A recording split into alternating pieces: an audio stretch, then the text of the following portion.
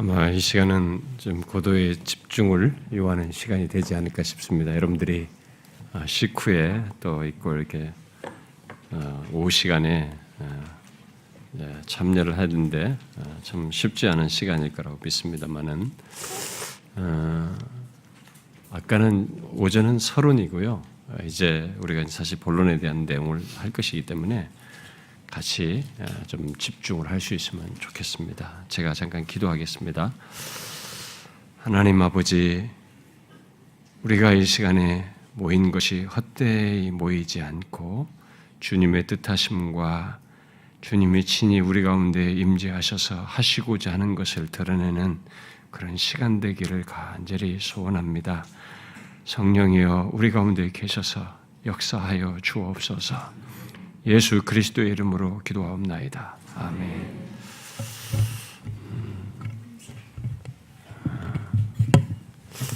우리는 이 오전 시간에 오직 그리스도가 흐릿해지고 이게 변질되고 부정되고 있는 우리의 영적 현실을 이렇게 대략적으로 간단히 생각해 보았습니다.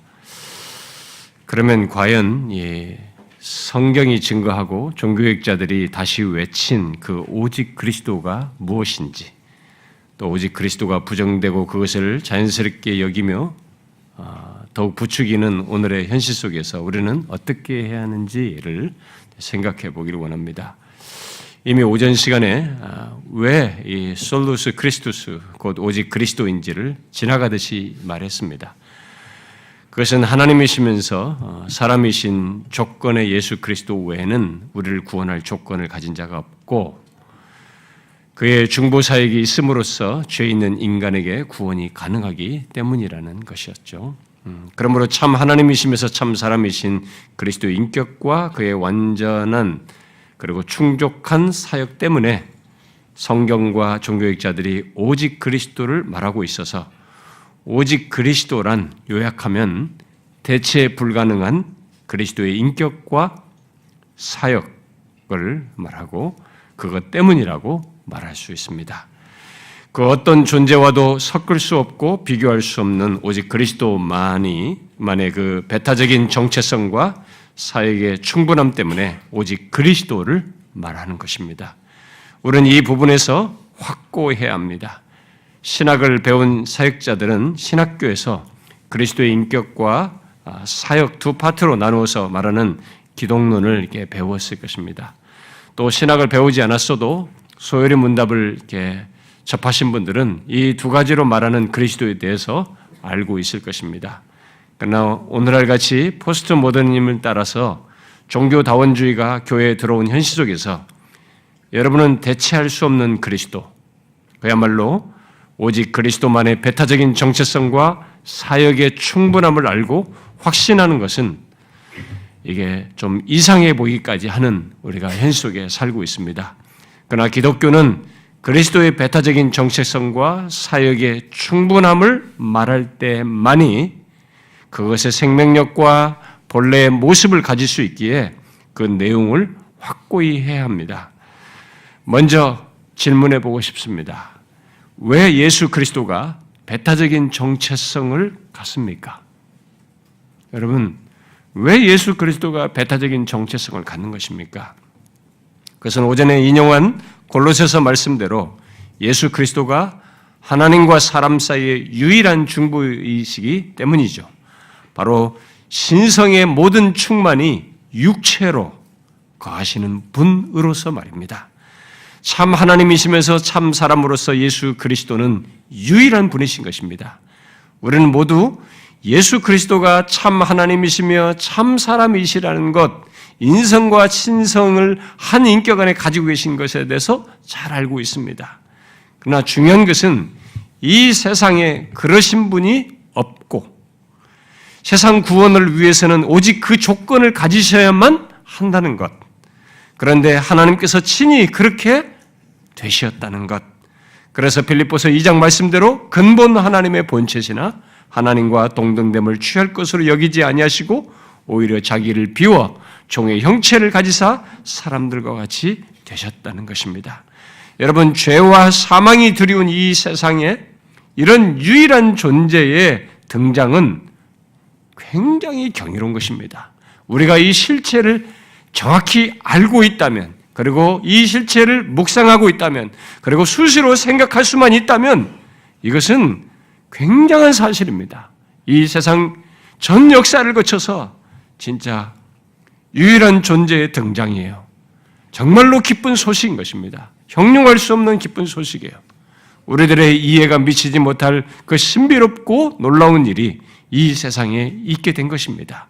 바로 그분이 예수 그리스도, 하나님이 육신을 입고 오신 바로 그 예수 그리스도입니다. 그러므로 왜 오직 그리스도인지를 알려면 제일 먼저 하나님이 인성을 취하신 것의 비밀과 영광부터 알아야 합니다.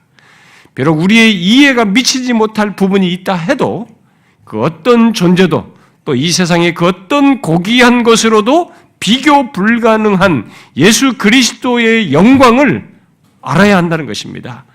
우리와 같은 몸을 입고 이 땅에 오신 예수 그리스도는 바로 성부와 성령 하나님과 영원한 관계 속에 계신 성자 하나님이십니다. 그가 시공간 속에 오셔서 죄 가운데 있는 우리와 함께 계셨지만 그는 존재와 속성에서 무한불변하신 분이십니다. 그러하신 분이 자신을 비워서 우리와 같은 사람이 되신 것입니다. 저는 모든 신자는, 특히 사역자는 이 사실이 항상 가슴 뜨겁게 하는 것이어야 한다고 저는 믿어요. 진실로 그렇습니다. 신성만 가지셨던 그분이 우리와 같은 인성을 취하셔서 한 인격 안에 가지셨다는 것은 너무너무 놀라운 경이로운 사실입니다. 특히 하나님과 사람 사이의 구원의 길을 내시고 중보하시기 위해서 그러하셨다는 사실이 우리에게 있어서는 더욱 놀랍고 경이로운 것입니다. 우리는 그리스도께서 이같이 신성과 인성을 지니신 것의 비밀과 영광스러움을 헤아려 알기도 전에 그런 지식을 곧바로 우리의 구원과 연관시켜서 구원을 위한 용도로 이해하는 경향이 있습니다. 그야말로 빌립보서 2장 6절 7절의 경이로움과 영광스러움, 그리고 그 사실로 인한 절대적인 배타성을 생각하지 않는다는 것입니다. 우리들이 그렇게 된 데는 11세기에 안셀무스가 하나님은 왜 인간이 되셨는가라고 묻고 난 뒤에 그 대답을 그리스도께서 죄로 인한 파괴와 피해를 복구하기 위해서 세상에 오셨다고 하면서 결국은 이 속죄를 위해서 오신 것으로 말한 이래로 주로 예수 그리스도의 대속에 초점을 맞추고 생각해 왔기 때문에, 그래서 그것이 계속 기독교 역사의 파고이 비중 있게 그쪽으로 초점을 맞추도록 이렇게 유도되었어요. 그것은 분명 맞는 내용입니다. 그리고 성경이 증거하는 내용에서 두말할 것이 없습니다만 우리들이 너무 성급하게 그 결론으로 나아감으로써 그에 앞서서 하나님께서 인성을 취하신 이 유일한 존재의 경이로움과 영광을 거의 생각지 않는 경향이 있다는 것입니다.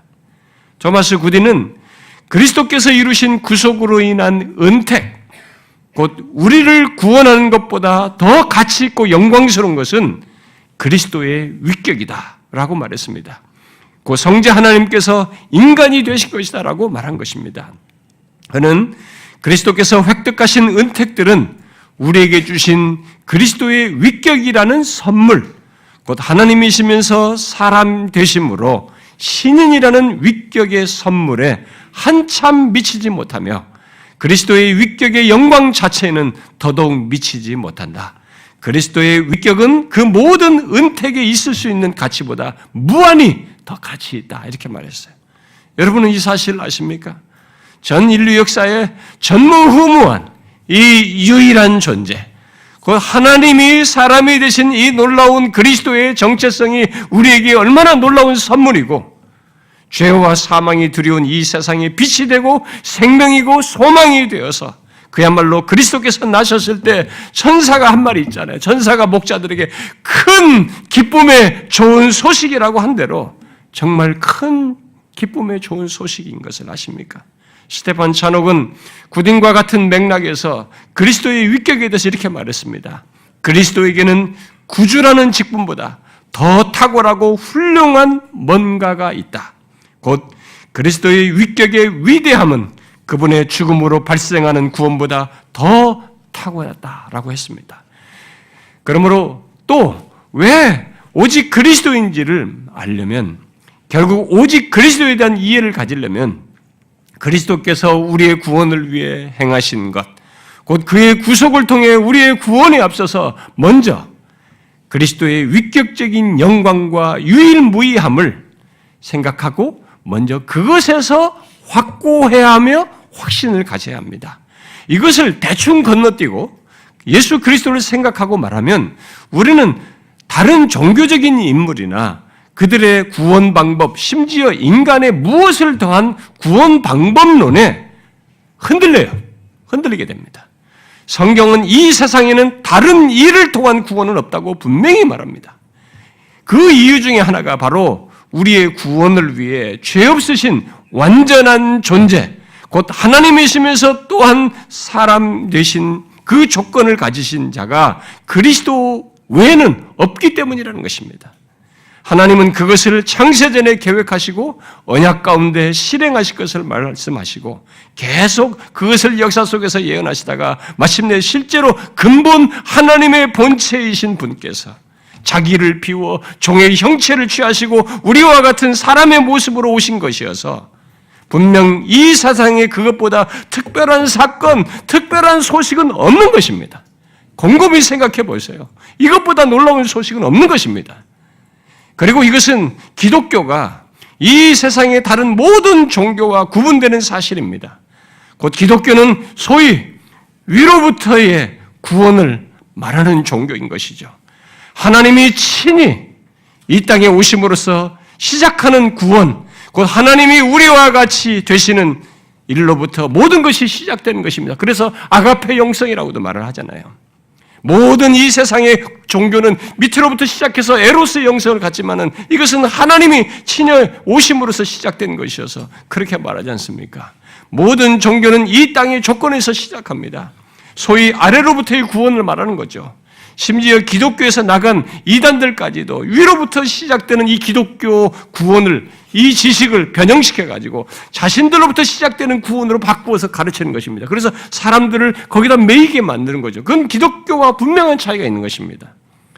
설사 어떤 종교들이 천상의 신을 말해도 그들의 구원과 모든 종교 행위는 이 땅의 조건으로부터 신에게로 이끄는 방식을 취하여서 신의 행위가 아니라 인간의 구원적인 노력과 행위를 강조하는 것입니다. 이런 구원 논리가 왜 나온지 아십니까? 결정적인 것은 그리스도와 같은 완전한 구원자를 말할 수 없기 때문이고 그런 실체가 없기 때문에 그래요. 그들에게는 그걸 창작해낼 수가 없어요. 이론으로 만들지 몰라도 역사 속의 모습을 실체로 설명해낼 수가 없는 것입니다. 모든 종교는 우리의 노력과 행위로 곧 공로로 신과 접하려고 하고 신에게 이르려고 하고 심지어 신이 되려고 하지만 그래서 아래로부터의 구원을 말하지만 기독교는 죄로 인해 스스로 구원할 수 없는 인간의 조건 때문에 그래서 그런 조건을 위해서 하나님이 친히 육신을 입고 오신 것을 말하고 그것을 역사 속에서 드러내셨습니다. 이런 차이를 웰스는 아래로부터 오는 영성과 위로부터 오는 영성으로 구분해서 설명을 했죠. 그런데 그가 그렇게 구분해서 설명할 때 제기한 것은 오늘날 교회들이 이런 기독교 고유의 위로부터 오는 영성을 뒤로하고 이교도 영성을 추구한다는 거예요. 이교도들이 추구하는 아래로부터의 영성을 모방해서 자꾸 그걸 따르려고 한다는 것입니다. 모든 것의 시작이 위로부터인 것을 주장함으로써 사도시대부터 기독교는 힘을 발휘했습니다. 그렇게 함으로써 이교도 영성을 깨뜨렸어요. 그들 가운데 복음으로 사람들을 구원하는 일을 했던 것이죠. 그런데 거꾸로 되는 현상이 지금 벌어지고 있다는 것입니다.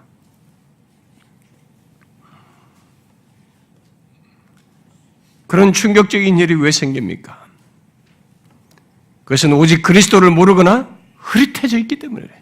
교회 안에서 그런 이미테이션 한다는 것은 오직 그리스도를 모르거나 이것이 흐릿해져서 그런 것입니다. 바로 기독교는 하나님이 육신을 입고 오심으로써 있게 된 구원을 말한다는 사실. 그래서 위로부터 오신 하나님 그 그리스도가 어떤 분이시고 그가 무엇을 행하셨는가에 모든 기초를 두고 있는데 그것 대신에 자꾸 기독교 신앙을 운운하면서 예수 그리스도를 말하면서 우리의 내면과 우리의 행위의 비중을 두도록 하기 때문에 오늘의 기독교가 이렇게 치우친다는 것입니다.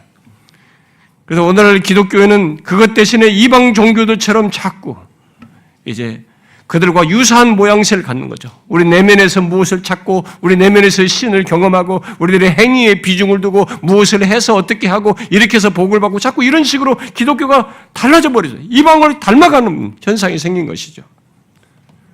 웰스는 사도시대에 교회들이 위로부터 시작된 구원, 소위 위로부터 오는 이 영성을 위해 분투했다는 것을 강조하면서 다음과 같이 말했습니다.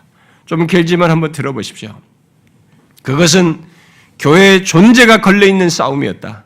과연 교회는 신앙을 위로부터 오는 은혜요 하나님의 아들 안에서 성육된 은혜이자 십자가에서 죄와 죽음을 정복한 은혜로 생각할 것인가? 그리고 거대한 문화적 압력에 반하여 하나님에게까지 올라가서 하나님과 관계를 맺거나 하나님에게 영향을 미치기에 위해서 죄인들이 할 수 있는 일은 하나도 없으므로 하나님이 자기 아들을 통해 우리에게 내려오신 길밖에 없다고 주장할 것인가? 혹은 죄인들이 자기 속으로 파고 들어가서 거기에 있는 신성한 것에서 위로를 찾을 수도 있을 것이라고 양보할 것인가? 그들이 자신의 종교적인 노력으로 이런 연주를 맺을 수 있을까? 사도들은 우리를 구원의 길로 인도하는 진정한 영성은 위로부터 오는 것이지 아래로부터 오는 것이 아니라고 확실히 주장했다. 그리고 초대교회는 대체로 그의 가르침을 좇았다. 이 생사가 걸린 싸움에서 교회는 신약성경의 교리들, 성육신, 은혜, 속죄, 부활을 옹호함으로써 승리를 거두었다. 그러나 이 메시지는 중세에 들어와서 실종하고 말았다. 16세기가 되어 루터와 칼빈을 비롯한 종교학자들이 다시 한번 성경으로 돌아가서 오직 이로부터 오는 은혜, 곧 아무 자격도 없는 죄인들에게 주시는 하나님의 은혜로만 하나님을 알 수 있다는 진리를 다시금 선포했다. 기독교는 죄인들이 스스로를 들어올려 하나님께 이르는 종교가 아니라 하나님께서 낮아지셔서 죄인들에게 내려오는 은혜의 종교다. 이렇게 말한 뒤에 그는 이 두 영성의 근본적인 차이를 다음과 같이 덧붙입니다. 성경적인 영성과 현대적인 영성은 동일한 주제의 바탕을 둔 두 가지 변종이 아니다. 양자택일을 해야 할 두 가지 대안이다. 성경적 영성은 하나님께서 은혜로 내려오시는 것을 말하고 현대적인 영성은 죄인이 자기 충족적인 상태에 도달하는 것을 말한다. 성경적 영성은 구원에 입각해서 생각하고 현대적인 영성은 치료에 입각해서 생각한다. 성경적 영성은 거룩함을 낳고 현대적인 영성은 건강한 상태를 지향한다. 성경적 영성의 경우에는 하나님의 주권이 영적인 정착을 통해서 나타나고 현대적인 영성의 경우에는 인간의 주권이 인간의 영성을 창조하게 된다. 이 두 종류의 영성 사이에는 조화도 평화도 협력도 있을 수 없다. 서로를 배척하는 관계다. 이것이 우리가 사도에게 받은 메시지다. 이것이 종교개혁 시대에 회복된 메시지다. 그리고 이것이 오늘날 교회에서 울려 펴져야 할 메시지다. 여러분은 조화도 평화도 협력도 있을 수 없는 아래로부터의 영성에 대해서 분명하십니까? 그러나 이 솔루스 크리스투스가 분명하지 않은 사람은 이 유혹에 빠져들어갈 가능성이 아주 높습니다. 위에 인용한 내용을 말한 웰스는 성경적 진리에서 단절된 아래로부터의 영성을 복음주의 교회들이 팔고 있다고 지적합니다. 이 부분에서 여러분 어떻게 생각합니까? 창조자요 언약의 주이신 하나님께서 육신을 입고 오심으로 우리의 구원에 대한 모든 것을 말하고 그것에 근거한 신앙과 삶을 말하는 기독교를 알고 확신하면서 전하고 있습니까? 모세에게 나타나셔서 나는 스스로 있는 자라고 말씀하신 그 하나님이 육신을 입고 오셔서 그렇게 소개한 표현을 다시 사용하여 에고에이미, 아엠이라고 말씀하신 분, 바로 그분의 인격의 신비와 영광스러움을 알고 확신하여 전하느냐는 것입니다. 요한복음 1장 1절에 태초에 말씀이 계시고 그 말씀이 하나님과 함께 계셨고 이 말씀은 곧 하나님이시라고 한 뒤에 14절에 가서 뭐라고 말합니까? 그 말씀이 육신이 되어 우리 가운데 거하심에 우리가 그의 영광을 보니 아버지의 독생자의 영광이요 은혜와 진리가 충만하다고 했습니다. 이러한 분을 대체할 수 있는 존재가 어디 있습니까? 생각해 보십시오. 이런 분을 대체할 수 있는 게 어디 있어요? 여러분은 진실로 하나님이 이 땅에 육신을 입고 오신 것만으로도 경이롭고 놀라운 일이요, 온 인류 역사에 또 모든 인간에게 기쁨이고 복된 소식이며 소망인 것을 확신하십니까? 하나님께서 육신을 입으신 사실은 굳은 말대로 하늘과 땅이 입을 맞춘 사실로서 곧 창조주께서 피조물과 하나가 되어 신성과 인성이 연합한 것이어서 그분 외에 다른 일을 통해서 구원을 얻는 것은 말할 수가 없는 것입니다. 이런 신비, 이런 특별함을 마크 존스가 이렇게 말했어요. 두 본성의 연합에서 우리는 영원과 순간, 또 영원한 복과 잠시의 슬픔, 전능함과 연약함, 진지함과 무지, 불변함과 가변성, 무한과 유한을 본다. 여러분, 바로 그런 신비가 예수 그리스도 안에 나타난 것입니다. 이 땅에 계신 우리 주님이 바로 그런 위격적인 특성을 가지고 시공간 속에서 죄악된 인간들 가운데 계셔서 사셨던 것이죠.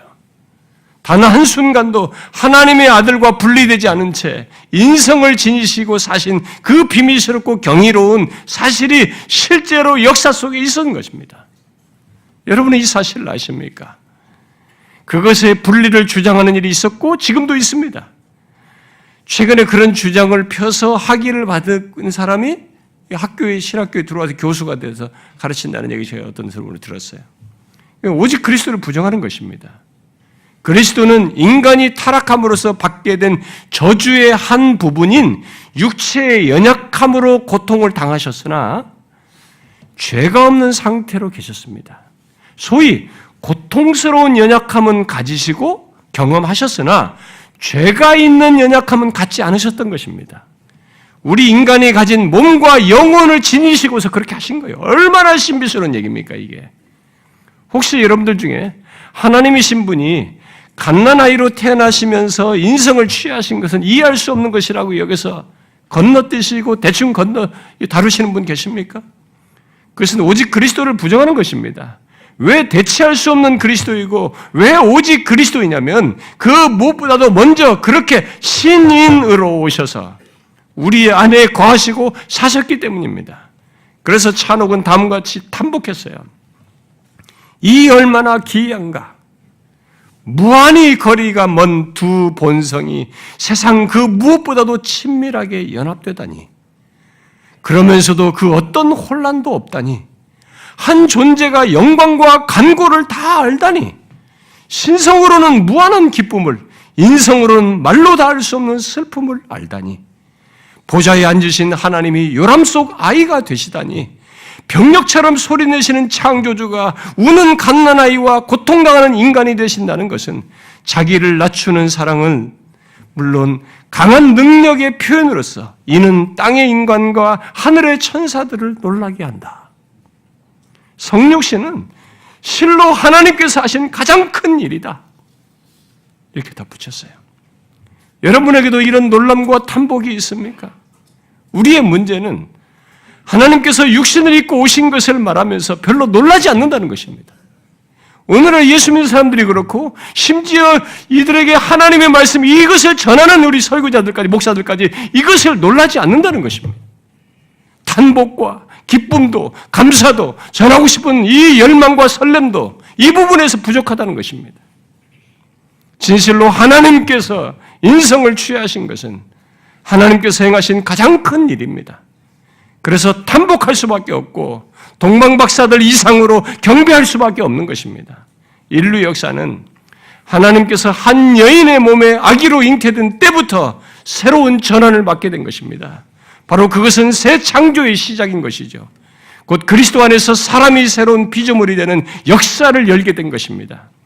그러므로 그런 분으로 나셔서 사신 그리스도의 모든 걸음 그리고 고난을 당하시고 십자가에 달려 죽으시고 부활 승천하여 하나님 보좌 우편에서 여전히 신인과 인성을 가지신 분으로 계신 것은 이 세상에 그분과 같은 이가 없으며 그분 외에 다른 예를 통한 구원이 있을 수가 없고 대체 불가능한 유일무이한 분이시며 정말 배타적인 유일무이한 정체성을 가지신 분으로서 오직 그 그리스도 안에서만 세상의 구원, 우리의 구원을 말할 수 있다는 것을 말해주는 것입니다. 그래서 웰스는 이렇게 위로부터 시작되는 영성과 너무 다른 영성이 난무하는 이 세상에서 1세기부터 사도들이 위로부터 시작된 영성을 말하는 가운데 기독교를 전했고 그 가운데서 능력을 경험했기에 우리 시대도 두려움 없이 그래야만 한다는 논지에서 위로부터의 영성의 가치를 주장한 것입니다. 물론 우리들이 오늘날 같은 이 포스트 모던 시대에서 위로부터의 영성을 확고히 주장하게 되면 분명 대립적인 현실을 직면하게 되는 것입니다. 그것을 알고 있는 웰스는 이렇게 말했어요. 정말 어려운 일이다. 그러나 그래도 한번 해보자.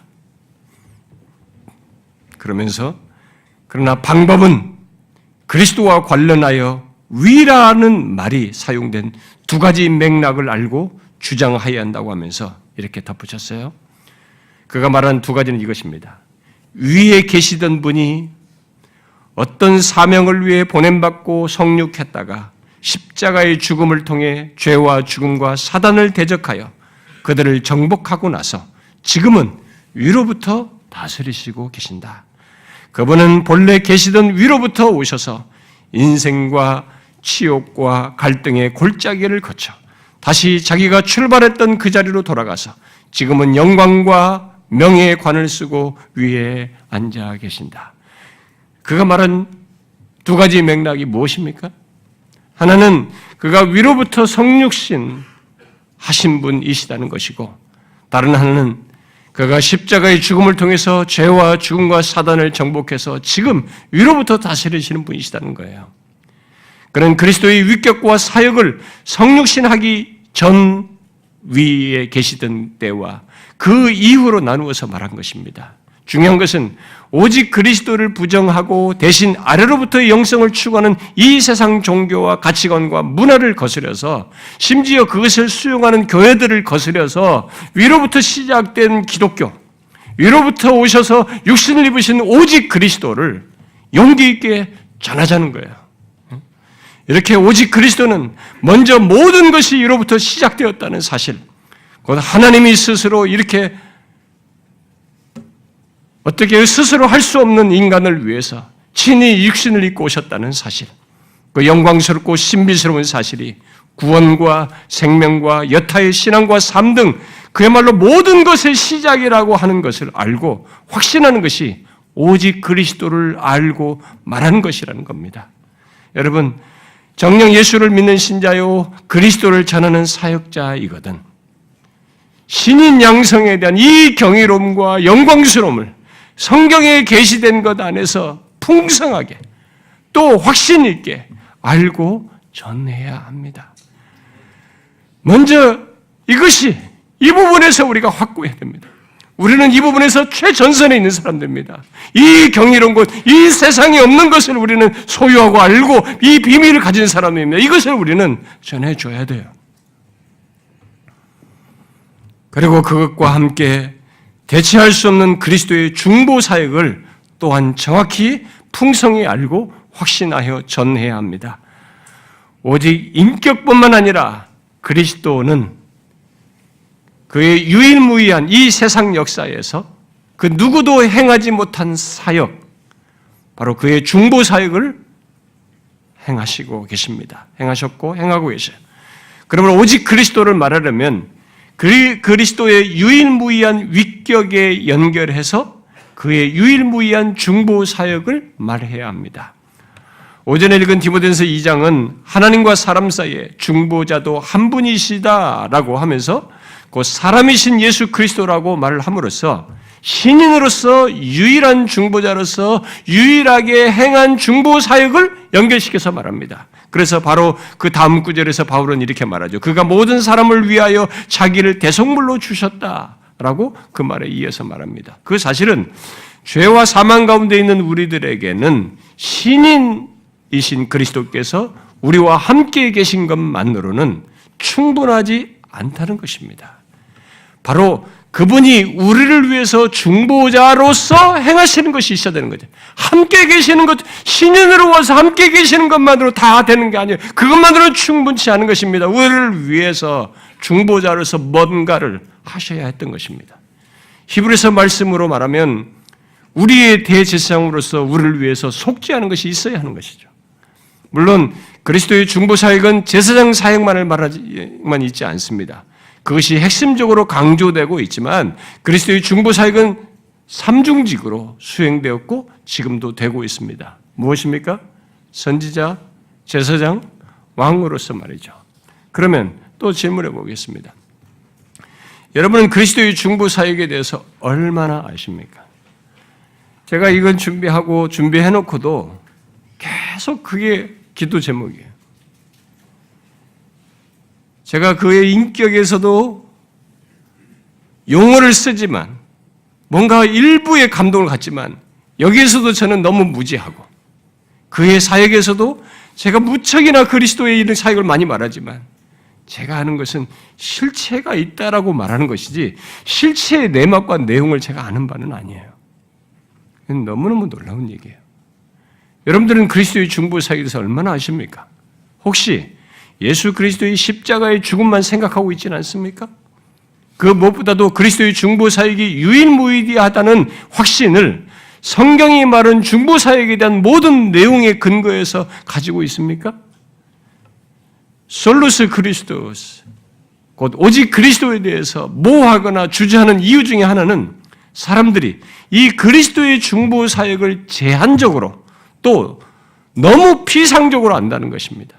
심지어 그리스도의 십자가조차도 성경이 그것과 관련해서 말하는 그 무궁무진한 내용이 있어 십자가로 표상을 말하지만은 여기에 담겨진 무궁무진한 내용인데 이것조차도 알고 전하는 대신에 감상적인 수준에서 알고 말한다는 것입니다. 존 스타차스는 그리스도의 십자가를 보십시오. 얼마나 많은 내용을 십자가 관련해서 설명을 합니까? 그런데 신이 되신 그리스도의 중보사역은 앞에서 말한 대로 제사장으로서뿐만 아니라 선지자와 왕으로서도 행하셨고 지금도 그 삼중직을 통한 중보사역을 계속하고 있습니다. 왜 오직 그리스도라고 말을 하는 것입니까? 그것은 앞서 말한 대로 우리에게 새로운 계시를 줄 어떤 선지자도 하나님과 우리 사이의 중보자를 어떤 다른 제사장도 또 세상과 교회를 다스릴 어떤 다른 왕도 필요치 않기 때문입니다. 여러분은 그리스도가 이 삼중직을 수행한 그리스도의 이 삼중직에 대해서 얼마나 아십니까? 이 삼중직을 제가 조금만 설명해 보겠습니다. 이게 오직 그리스도를 설명하는 겁니다. 표현과 이해를 가지고 하지 말고 그 실체에 얼마만큼이라도 이해가 조금씩 나에게 깊어지고 있는지 한번 생각해 보십시오. 자, 먼저 그리스도께서 선지자로서 선지자로 사역하신 것을 생각해 보십시오. 그는 선지자로서 진리를 말씀하실 뿐만 아니라 진리 자체이십니다. 요한복음 1장 1절은 그리스도께서 하나님의 말씀을 갖고 오신 것을 넘어서서 하나님 자신의 말씀으로 오신다는 것을 말하고 있습니다. 그래서 하나님의 선지자 중 그리스도보다 탁월하시는 이는 없습니다. 그는 웨스트민스터 소리문답 24문대로 우리를 구원하시려는 하나님의 뜻을 자신의 말씀과 영으로서 자기 백성에게 계시하시는 분이십니다. 바울은 골로새서 2장에서 그분 안에는 지혜와 지식의 모든 보화가 감추어져 있다고 그랬습니다. 그러므로 하나님의 마음과 뜻에 대한 그리스도의 지식과 이해는 앞선 그 어떤 선지자들도 갖지 못한 것을 또 누구도 파악치 못한 하나님의 마음을 아시고 계시하신 것이죠. 그리고 지금도 그런 아심 속에서 우리를 위해서 중보하고 계시는 것입니다. 바로 말씀과 성령으로. 그래서 존스는 그리스도의 하나님을 아는 지식은 모든 신자들, 심지어 영광 중에 있는 신자들의 모든 지식, 자신들이 하나님의 이해가 훨씬 달라졌음에도 불구하고 그런 자들의 모든 지식을 다 합친 것보다 뛰어나다고 했습니다. 예수 믿는 우리에겐 그런 선지자적인 중보자 예수 그리스도가 계십니다. 유일무이한 중보자이시죠. 하나님이시면서 사람으로서 하나님의 것, 곧 그의 계시를 완전히 아시고 우리 인간에게 전달하시는 데 있어서 그는 유일무이하십니다. 여러분 아십니까? 그리스도의 선지자적인 중보가 이 땅에 계실 때뿐만 아니라 지금도 계속되어서 우리와 하나님 사이에서 말씀과 성령으로 계시를 전달하심으로써 우리를 인도하신다는 것을 아십니까? 직무를 수행하고 계시는 겁니다. 이 땅에 계실 때에도 그리스도는 하나님의 뜻을 계시하는 선지자로 계셔서 히브리서 2장 말씀대로 하나님의 충만하고 최종적인 언약의 말씀으로 말씀하셨습니다.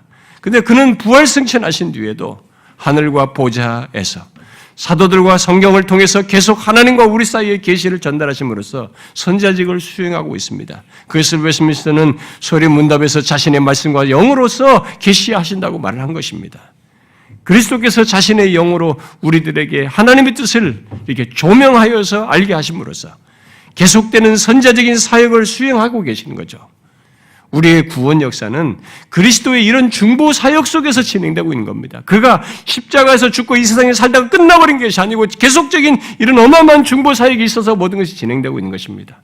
그러므로 이 중보 사역을 가벼이 여기서는 안 되는 것입니다. 엄연히 행하시는 사역으로서 그로 인해서 우리의 구원 여정이 진행되고 있는 것이에요. 그 다음 그리스도의 중보 사역과 관련해서 정확히 해야 할 것은 그의 제사장적인 사역입니다. 이것은 성경이 가장 풍성하게 말하고 있는 내용이죠.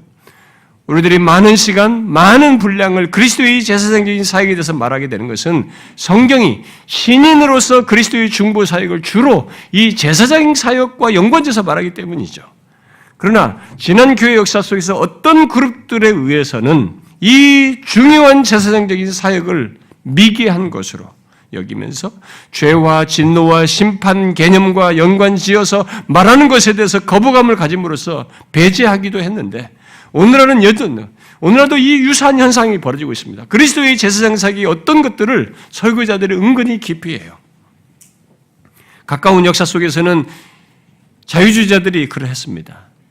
그리고 오늘날도 하나님의 사랑을 강조하는 자유주의자들도 똑같이 그런 일을 하고 있습니다. 어쨌든 그리스도의 제사장적인 사역을 말하지만 죄와 하나님의 진노와 심판을 축소하거나 말하지 않음으로써 심리치유적인 속죄나 쉬운 구원을 말하는 일은 오늘날의 흔한 현실입니다. 그러나 하나님의 제사장적인 그리스도의 제사장적인 사역에는 구약에서부터 예표하고 상징하고 말하고 성취한 것과 관련해서 성경이 아주 다양하고 깊고 풍성하게 말하고 있어서 우리의 구원과 신앙과 삶을 부유하게 하고 확신케 할 진리가 여기에 다 있습니다. 이 제사장사역과 맞물려서 무궁하게 여기 있어요. 바울이 그리스도와 그의 십자가 외에는 알지 아니하기로 작정하였다고 했을 때 앞에 그리스도는 그의 인격을 말할 것이고 뒤에 그리스도의 십자가는 그의 사역을 말할 것인데 그는 그리스도의 사역을 그리스도의 십자가로 말할 정도로 그리스도의 십자가는 그의 사역의 대표성을 말하는 것입니다. 그러나 우리들이 그렇게 그리스도의 십자가라는 이름 아래 말을 하든 그리스도의 제사장적인 사역으로 말을 하든 그 내용 속에는 웨스민스터 소리문답에서 말하듯이 두 가지를 내포하는 것입니다. 하나는 단번에 자기 자신을 제물로 바쳐서 하나님의 공의를 충족시킨 것이고 또 다른 하나는 우리를 위해서 계속 중보 기도하시는 것입니다. 이것을 줄여서 말하면 자신을 들이신 희생적 죽음과 그것에 근거하여 대언하시는 것입니다. 이 부분에서는 그리스도와 같은 이가 없고 이 부분에서 그리스도는 유일무이한 걸 다시 증거해 줍니다. 여러분 그 누가 우리의 죄에 대한 하나님의 공의를 충족시키는 죽음을 당하실 수 있습니까? 그런 자격을 가진 존재가 이 세상에 어디 있습니까? 신인으로서 죄 없으신 하나님 외에 어떤 다른 이가 있습니까? 여러분은 이 부분에서 확실하십니까? 제임스 보이스는 그리스도의 십자가를 아는데 필수적인 단어는 3S다라고 했어요. 3S다라고 말했습니다.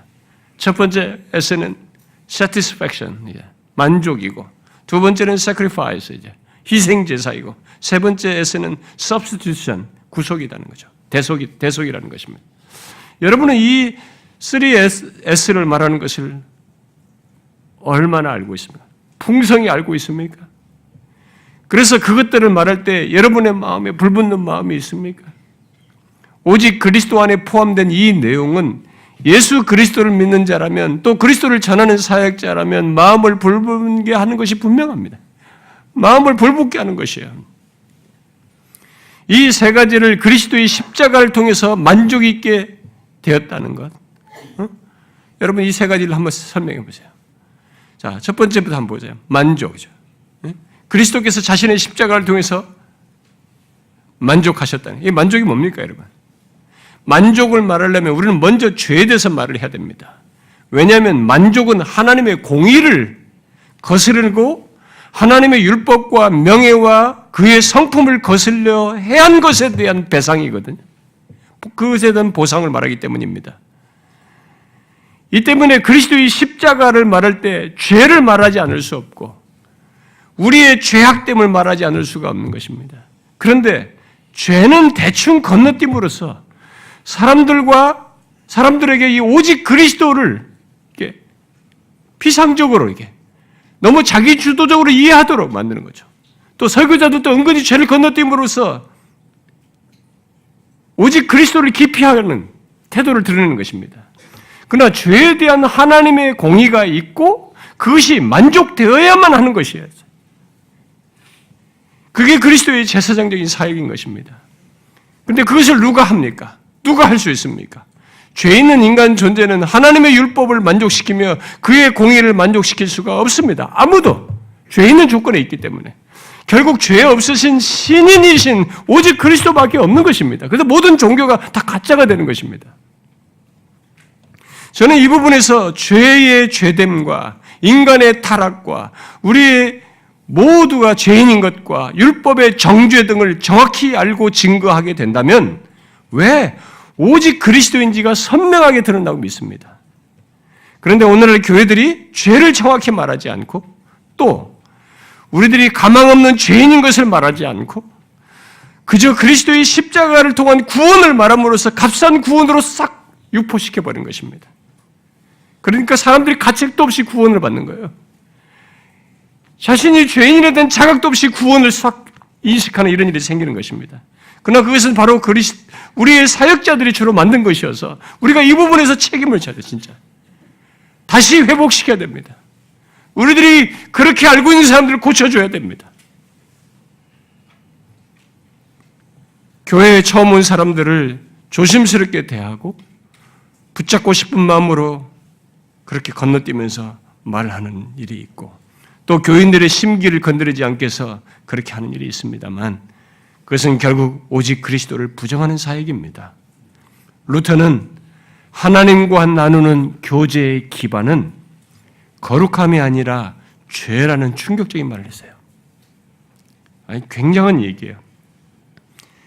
우리가 무엇이 있어서 하나님과 교제하는 것이 아니라 실상은 우리에게 죄가 있어서 그 죄 있는 우리를 향한 하나님의 은혜 때문에 특히 죄 있는 우리를 중보하시는 중보자 예수 그리스도 때문에 교제가 가능하게 됐다는 것입니다.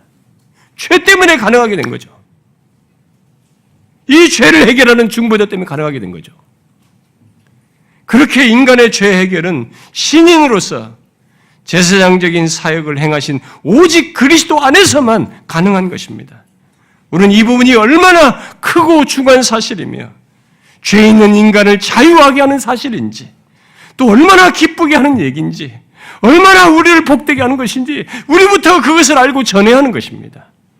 내 죄 해결의 중요한 가치와 기쁨을 알지 못하는 사람은 죄송하지만 그리스도의 십자가를 전할 자격이 없습니다. 그리스도께서 나의 죄를 해결하기 위해서 하나님의 공의를 만족하셨다는 것은 죄인에게 가장 기쁜 소식이에요. 이 세상에 하나님의 공의를 만족시킬 수 있는 인간이 어디 있습니까? 없어요. 아무도 없는데 그것이 있게 되었습니다.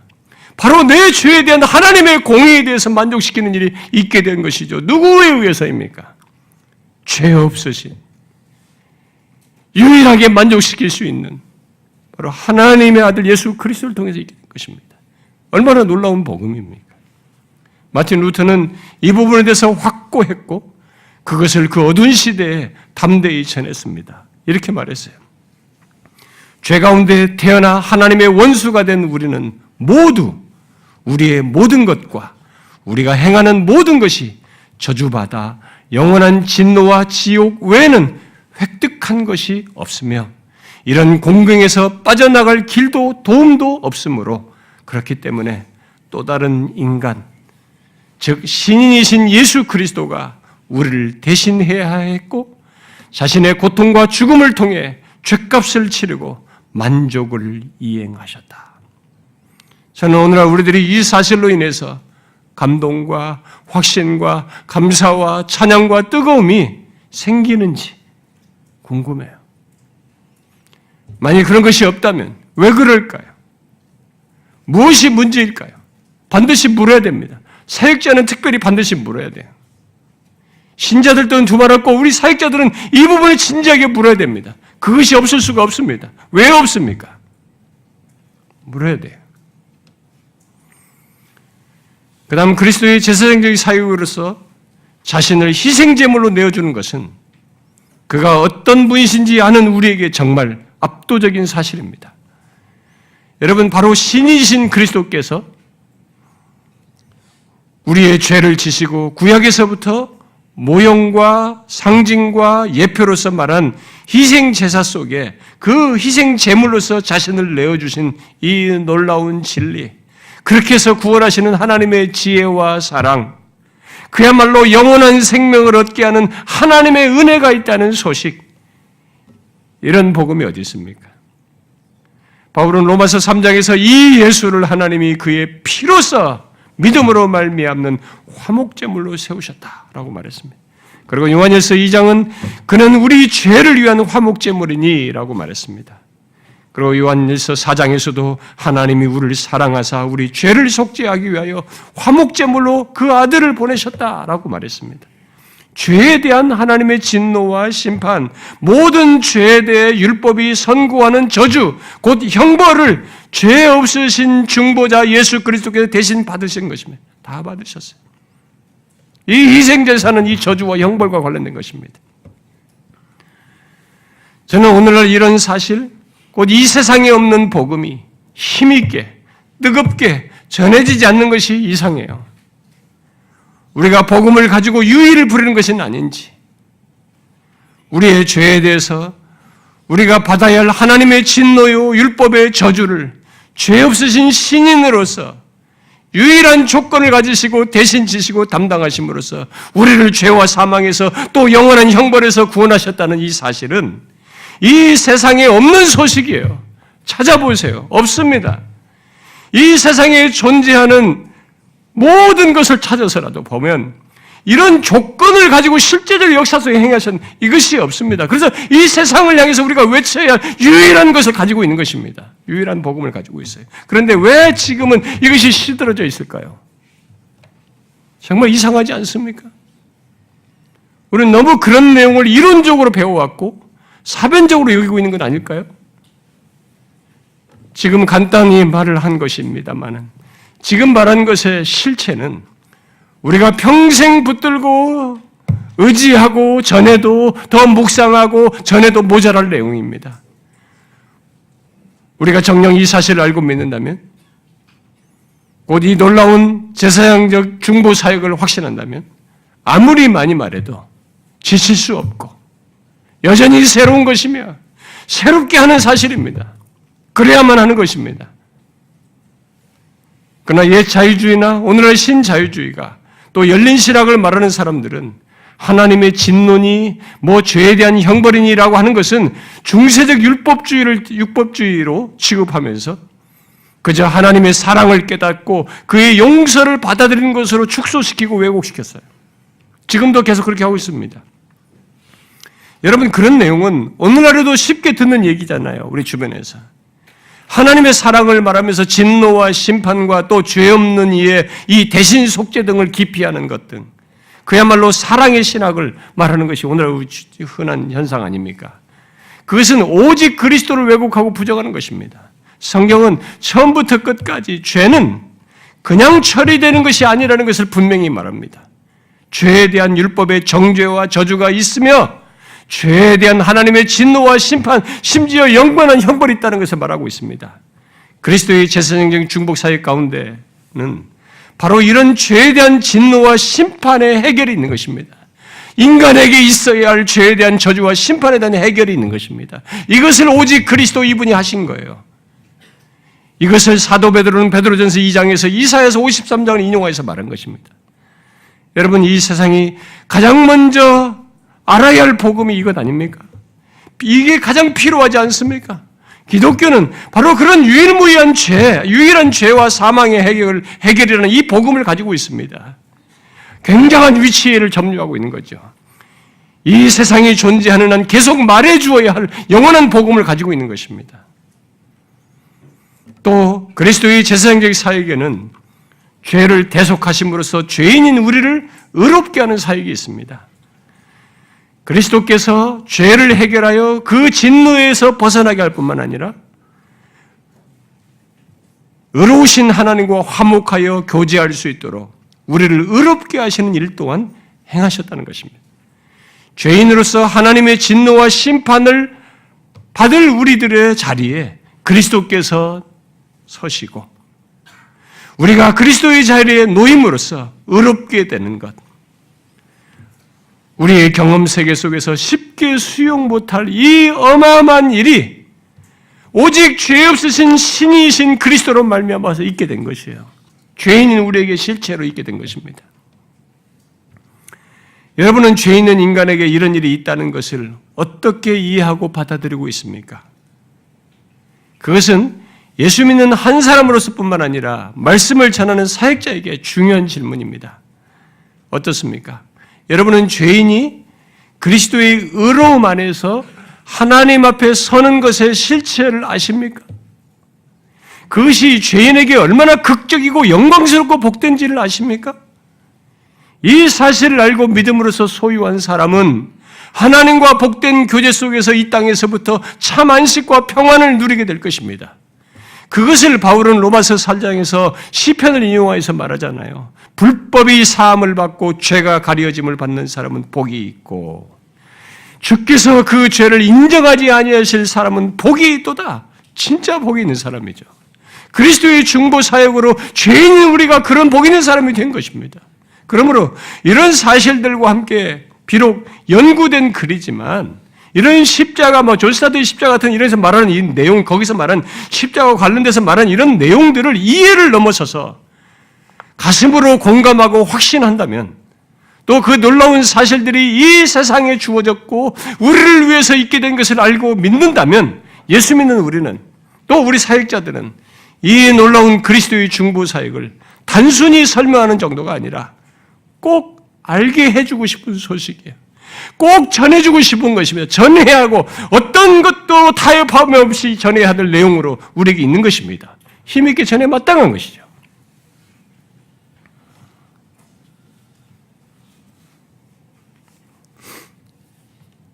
그런데 그리스도의 제사장 사역에서 지금까지 말한 이 희생적인 죽음 안에 있게 된 내용들을 말할 때 우리가 빠뜨리지 말아야 할 사실이 있습니다. 그것은 그리스도께서 우리의 구원을 위해 아기로 나신 것에서부터 죽기까지 순종의 삶을 사셨다는 것입니다. 구약의 제사장들은 백성들을 위해 제사를 드렸을 뿐 그 백성들을 위해 율법에 순종하지는 않았습니다. 아니, 할 수가 없었죠. 그러나 그리스도는 율법에 순종하셨어요. 하나님의 뜻에 죽기까지 순종하셨습니다. 우리가 율법에 순종해야 될 것을 그분이 하셨어요. 결국 그리스도의 삶은 전체가 고난의 삶이었고 그 때문에 완벽한 희생 제물이 되실 수 있었습니다.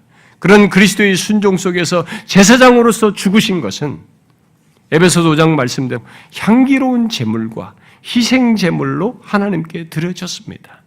여러분, 이런 완전한 순종으로 죄를 해결하는 희생 제물이 되어서 우리를 죄와 사망에서 구원할 존재가 어디 있습니까? 만들어 보세요. 어디서 찾아보세요. 어떤 이론이든지 가져와 보시란 말입니다.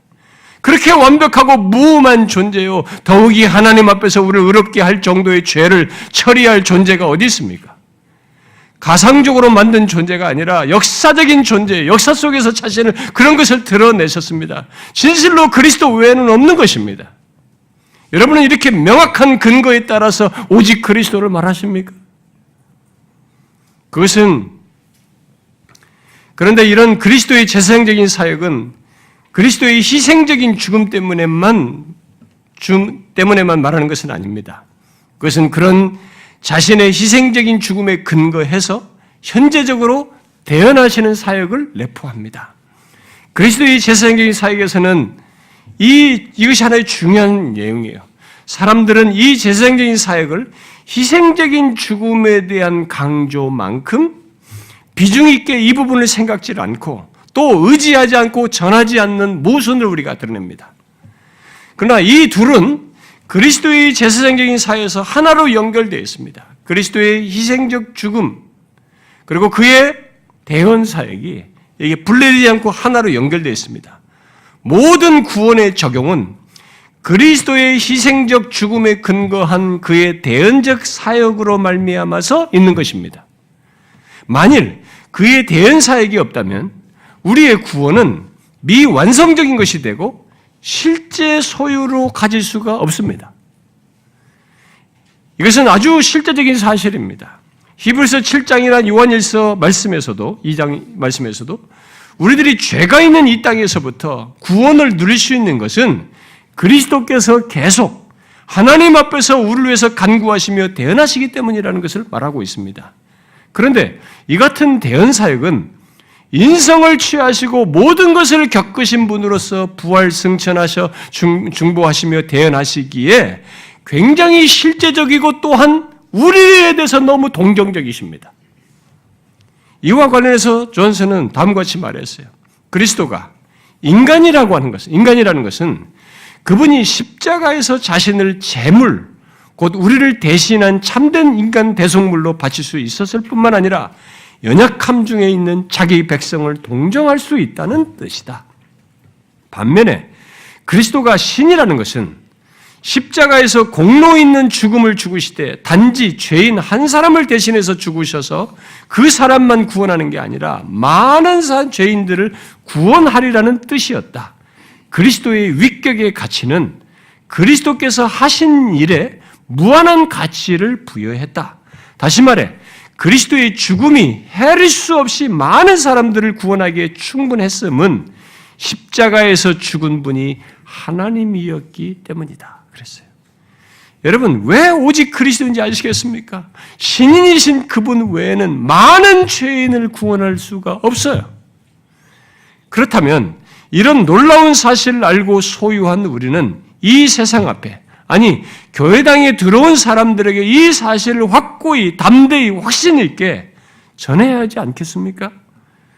그렇게 전하지 않아서 지금 교회들이 또 교회 안의 사람들이 무기력하고 있는 건 아닐까요? 이 놀라운 복음, 오직 그리스도 안에 있는 영원한 가치 대신에 이 세상의 다른 것들에서 더 가치를 갖도록 방치함으로써 우리들이 지금 이런 현실을 맞고 있는 건 아닐까요? 지금도 우리 주님은 우리를 위하는 확실한 근거를 가지고 하나님 앞에서 대언하시는 사역을 하고 계십니다. 그 사실은 죄악된 이 세상에서 삶에 지치고 여전히 내지 않은 죄로 인해서 씨름하며 절구하는 그리스도인들에게 말할 수 없는 위로와 확신을 갖게 하는 내용입니다. 그 무엇보다도 인성을 취하신 하나님으로서 우리를 동정하시며 대언하신다는 면에서 이 그리스도를 떠나서는 우리의 구원과 신앙과 삶의 그 어떤 것도 생각할 수가 없습니다. 죄를 짓고 신음하는 우리에게 이 대언하시는 주님 없으면 어떤 것도 신앙과 삶을 지속할 수가 없어요.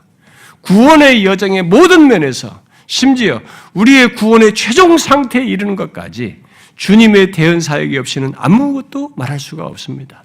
우리는 대언하시는 주님이 이 땅에 계실 때 죄인들을 대하시며 자비로우셨습니다. 그런데 그것보다 더 확실한 조건을 가지시고 바로 자신의 대속의 죽음의 근거를 가지고 지금 대언하고 계십니다. 그렇다면 지금은 얼마나 더 하시겠어요?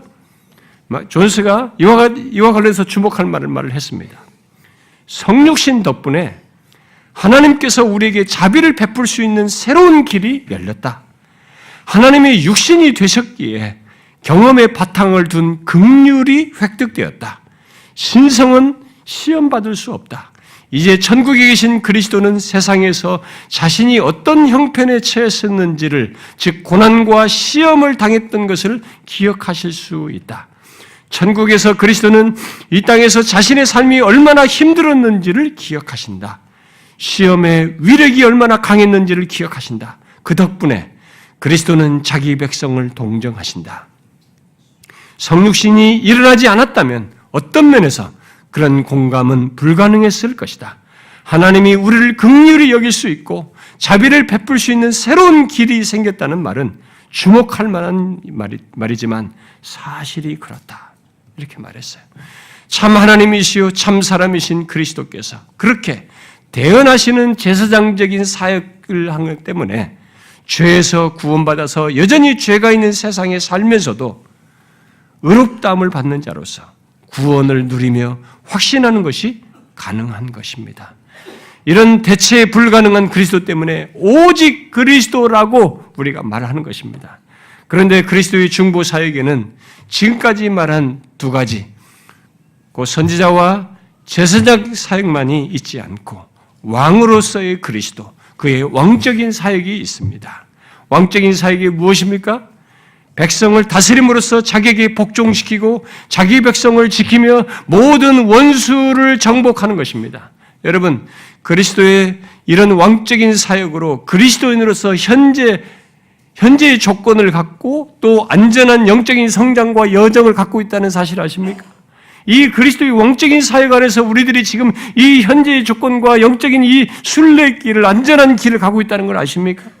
많은 사람들이 생각지 않지만 이 그리스도의 중보 사역으로 말미암아서 그게 가능한 것입니다. 여러분도 알다시피 우리는 모두 죄와 죽음과 심판이라는 막강한 대적을 두고 살고 있습니다. 이 세상의 그 어떤 강력한 대적들도 이것들 중에 하나조차도 감당 못합니다.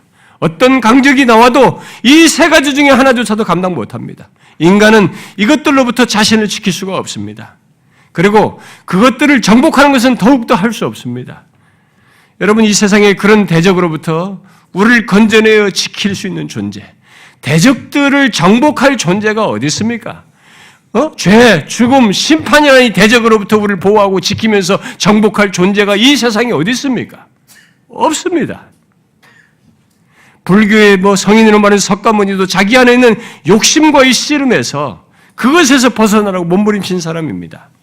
그런데 누가 죄를 이기며 누가 사망을 이길 수 있습니까?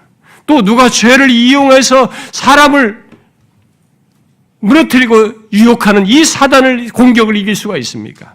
누가 그 사단을 정복할 수 있습니까? 그런 존재는 없습니다. 그런데 고린도서 15장과 히브리서 2장, 에베소서, 골로새서 말하는 바대로 신인이신 그리스도께서 죄와 사망을 지시고 죽으시고 부활하심으로써 죄와 사망을 정복하셨습니다. 그래서 히브리서 이 기자는 2장에서 그리스도의 죽음과 부활로 만물이 그 발 아래에 있는 것으로 말을 하고 있는 것입니다. 그것의 최종적인 완성은 미래에 있겠지만 그리스도의 죽음과 부활로 시작되었음을 말하고 있는 것입니다. 그러므로 지금 그리스도의 왕적인 사역은 교회와 온 세상을 다스리는 것으로 나타나고 있는 것입니다. 그것을 벗어날 세상과 존재는 아무도 없는 것입니다. 더 이상 죄와 사망과 사단을 정복한 신인이신 그리스도를 마냥 거스르며 이길 존재는 없다는 것입니다. 그래서 아브라함 카이포가 이런 말을 했어요.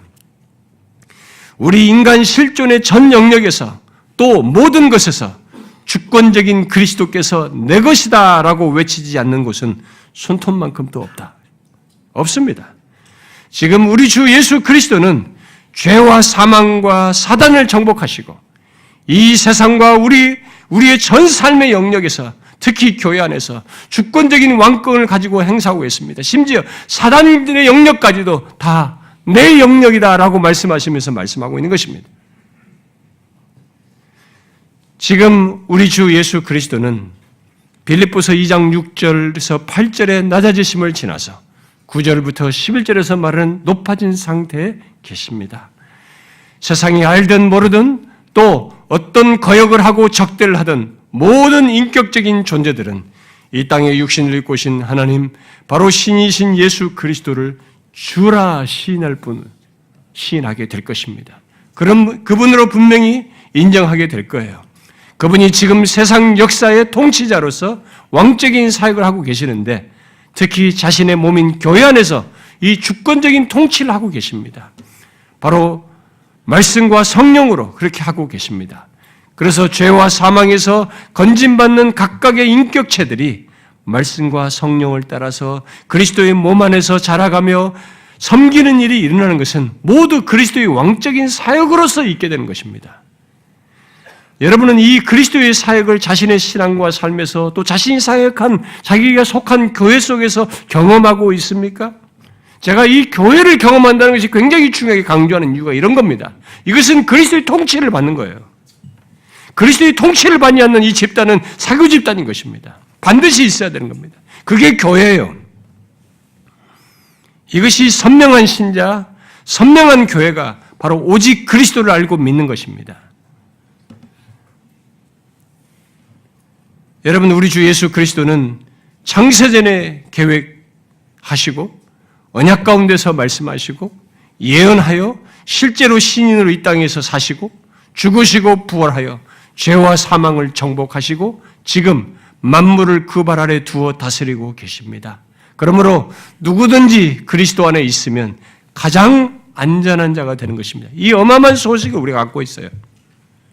죄와 사망과 사단조차도 정복을 못한다는 그분 안에 있으면 제일 안전하다고 하는 이 복된 소식을 우리가 가지고 있는 것입니다.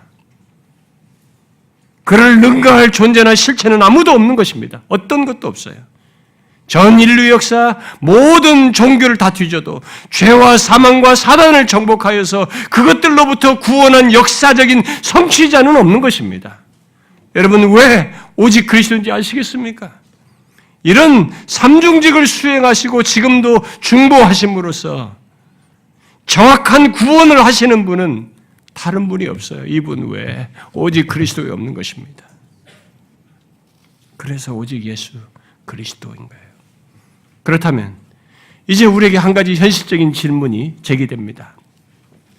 그것은 그렇게 선명한 오직 그리스도를 이 세상 정신이 특히 이 시대의 포스트 모더니즘이 그리고 그 영향 아래에 있는 이 시대 사람들이 심지어 교회당 안에 있는 사람들까지 극단적으로는 설교자들과 일부 신학자들까지 불편해하고 싫어하고 거부하는 이 시대 속에서 우리는 어떻게 해야 하는가? 여기서 여러분 어떻게 해야 할까요?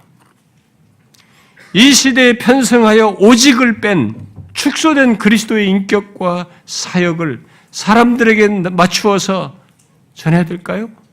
그리스도 안에 있는 구원을 그렇게 왜곡시켜서 전해야 될까요?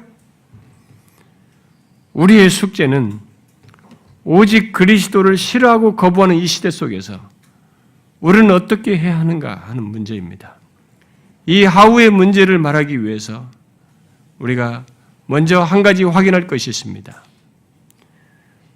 이것은 하우에서 제일 첫 번째로 말할 사실입니다.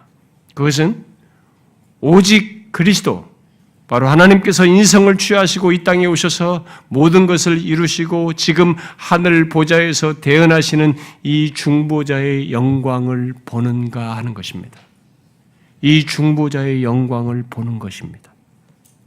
장차 눈으로 그 영광을 보겠지만 이 하우에 대한 대답으로 얘기하는 겁니다. 우리가 장차 볼 거예요. 그 영광을 보겠지만 사도 요한이 이 땅에 육신을 입고 오신 하나님의 아들의 영광을 보니 아버지의 독생자의 영광이요 은혜와 진리가 충만하더라고 했는데 지금 이 땅에서부터 믿음으로 영광을 보느냐는 것입니다. 이 질문을 먼저 하는 것은 과연 그 영광을 알지 못하고 보지 못한 사람이 오직 그리스도를 말할 수 있고 그리스도의 뒤를 따라서 살고 그분을 본받을 수 있을까 해서인 것입니다. 그 모든 것은 어디까지나 오직 그리스도를 알고 확신했을 때나 가능한 얘기요. 오직 그리스도를 말할 수밖에 없는 중보자의 영광을 볼 때만 가능하기 때문입니다. 그것도 없이 오직 그리스도를 말하는 것은 지식놀이를 하는 것이죠. 또 그것도 없이 그리스도를 본받는 얘기를 하는 것은 수도원적인 시도를 하는 것입니다. 존 오웬이 말했습니다. 예수의 영광을 보지 않고 혹은 그 영광에 대한 직관 없이, 곧 알미 없이 그분의 행동을 그저 흉내내는 것으로는 그 누구도 그분처럼 되지 못한다. 그분을 닮지 못한다. 이렇게 말했어요. 그 영광을 봐야만 사람을 예수와 같은 형상으로 변화시키는 변화의 능력이 수반된다. 이렇게 말했습니다. 그러므로 지금까지 말한 것 같은 오직 그리스도에 대한 지식을 아는 것보다 사실상 더 중요한 것은 그 모든 내용의 중심에 있는 그리스도의 영광을 보는 것입니다. 그리고 바로 그 복된 사실들을 소유하여 확신하는 것입니다. 여러분, 예수 그리스도를 믿는 자는 모두 그분의 영광을 보도록 초대되었습니다. 그런데 우리 사역자들은 그 영광을 보는 것을 넘어서서 어떻게 해야 됩니까? 그 영광을 증거해야만 하는 사람들입니다.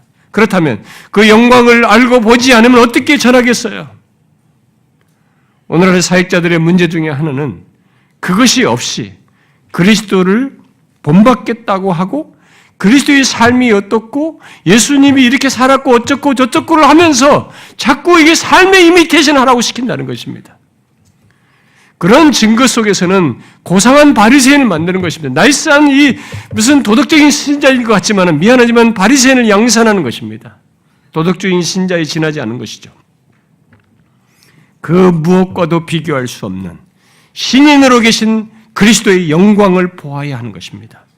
지금 하늘 보좌에서 자신이 이룬 희생사역의 근거에서 대언하시는 이 유일한 중보자의 영광을 봐야 되는 것이죠.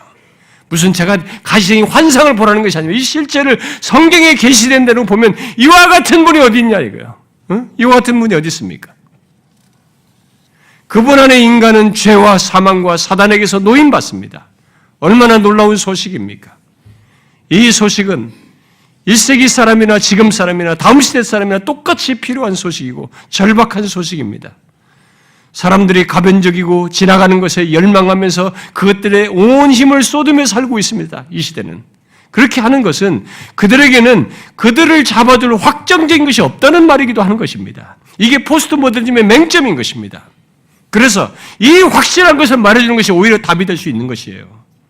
그런데 오늘날 교회들이 그런 조건의 인간에게 가장 적절하고 해답이 되는 오직 그리스도를 말해주지 않고 대신 다른 곳에서도 들을 수 있는 도덕적이고 심리주의적인 얘기나 이 세상에서 잘되고 번성한 것을 말하다 보니까 사람들에게 관심이 조금 쓰다가 덩져버린 겁니다. 그래서 교회를 다녀봤다는 사람들이 교회 안 다니는 사람이 굉장히 많아진 거예요. 그래서 가난한 신자라는 사람이 100만이 넘는다는 이런 얘기가 나온 것입니다. 오늘날 사람들은 자신들에게 익숙한 문화 코드를 보여주는 것에 조금 처음에는 마음을 열 수 있어요. 그러나 오늘날 사람들은 그 수준을 못 넘어서고 있습니다. 그것은 거듭남의 역사가 아니에요.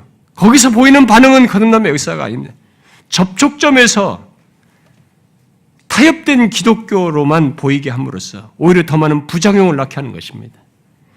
그러므로 그리스도를 거부하는 이 시대 속에서 우리는 어떻게 해야 하는가에 대한 이 첫 번째 제안, 오직 그리스도를 말할 수밖에 없는 그분의 아름다움과 영광, 비교 불가능한 그분의 영광을 보아야 합니다.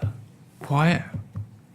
바로 바울이 빌립보 3장에서 자기에게 유익하던 것을 배설물로 여길 정도로 그리스도를 아는 지식이 최고로 여긴 것과 같은 이런 그리스도의 영광을 보아야 하는 것입니다. 여러분은 성경에 계시던 이 그리스도의 실체를 보십니까?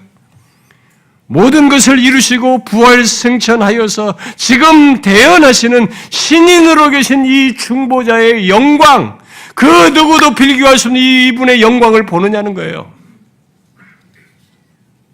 웰럼은 종교개혁자들 또 그것을 본 사람들이라고 시사하면서 우리 교회들이 종교개혁자들이 선포한 그리스도와 동일한 그리스도를 선포하려면 우리도 솔루스 크리스투스를 종교개혁자들이 가진 것과 같은 선명함과 확신과 절박함과 넘치는 확신 속에서 갖고 이해하고 받아들여야 한다라고 말했습니다. 질문해 보겠습니다. 여러분은 오직 그리스도에 대한 선명함과 확신과 절박함과 넘치는 기쁨을 갖고 이해하고 받아들이고 있습니까? 그것이 먼저인 것입니다. 오직 그리스도를 단순히 지식으로 말할 내용이 아닌 것입니다. 반드시 그런 선명함과 확신과 절박함과 기쁨을 가지고 전할 내용인 것이죠. 그것을 먼저 확인하고 가져야 하는 것입니다. 이것이 어떻게에 대한 첫 번째 제안이에요. 소요리 문답을 가르치는 게 능사가 아닙니다. 그 다음 하우에 대한 두 번째 내용은, 두 번째로 말하고 싶은 것은, 비록 오직 그리스도를 전하는 이 세상 현실이 쉽지 않고 세상 정신에 물든 사람들에게 오직 그리스도를 전해서 무슨 효과가 있을까 하는 생각과 흔한 말로 정말 먹힐까 하는 의심스러운 생각이 일어날 수 있지만 우리는 바울과 1세기 성도들도 우리가 지금 대면하는 현실보다 더 종교다원적이고 더 다신적이고 더 다문화적인 환경에서 복음을 전했다는 것을 알고 곧 오직 그리스도를 전하여 어떤 역사가 있는 것을 그게 우리의 일이 아니고 하나님의 일로서 그때도 있었다는 것을 알고 그저 담대히 이 하나님 믿고 가변적이지 않은 것, 가변적이고서 만족하는 이 시대에 이 가변적이지 않은 것을 인내심을 갖고 담대히 전하는 것입니다. 이 하나님 믿고 전하는 거예요. 1세기 다문화적인 환경에서 하나님이 무너뜨렸습니다. 오직 그리스도가 먹혔어요. 우리가 안 먹힌다고 생각하면 안 되는 것입니다. 이 시대 사람은 오히려 이 절대적인 것을 필요로 합니다. 그게 포스트 모더니즘의 현실 속에서 오히려 우리에게 외치는 소리예요. 절규인 것입니다. 자신들이 왜 이런 것들에 모든 마음을 쏟는가? 우리에게는 그게 없다. 나를 잡아줄 게 없다. 확실한 것이 없다. 절대된 것이 없다는 얘기입니다. 그렇기 때문에 그런 시대에 먹혔던 역사가 있기 때문에 하나님이 그 일을 하시기 때문에 우리는 그건 믿고 하나님이 하실 일로 믿고 담대히 인내심을 갖고 전하는 것이에요. 그게 두 번째입니다. 1세기 당시 배경에서도 말 구유에 나신 이가 하나님이시요 구원자라는 이 메시지를 전했습니다. 그가 우리의 죄와 사망을 지시고 십자가에 달려 죽으시고 부활하셨다는 얘기를 전했어요.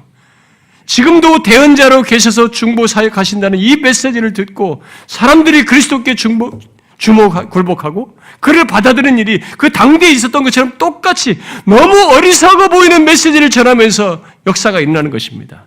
이런 메시지를 듣고 누가 믿어서 구원 얻겠는가? 라고 할 환경에서 사람들이 자신들이 섬기던 우상들을 버리고 신을 버리고 그리스도를 믿었습니다. 그야말로 고린도전서 1장에서 말하는 대로 십자가의 도가 어떤 사람들에게는 미련한 것으로 들렸지만 구원 얻는 자들에게는 하나님의 능력이 되어서 구원의 역사가 일어났습니다. 바울은 고린도전서 1장 24절에서 오직 부르심을 받는 자들에게는 그리스도는 하나님의 능력이다라고 말했습니다. 그리스도는 하나님의 능력이라고 그랬어요. 그리스도의 영이신 성령께서 오직 그리스도를 알고 전하는 것 속에서 이런 구원의 역사를 일으키시는 것입니다. 그러므로 우리는 그리스도의 유일무이한 위격과 그의 사역의 충분함을 확고히 알고 타협 없이 오직 그리스도를 전해야 합니다. 오직 그리스도를 거부하고 부정하는 이 세상 정신과 이 시대 사람들보다 더 강하고 절대적인 오직 그리스도 안에 있는 이 능력을 믿고 그것의 복됨을 알고 전해야 하는 것이죠.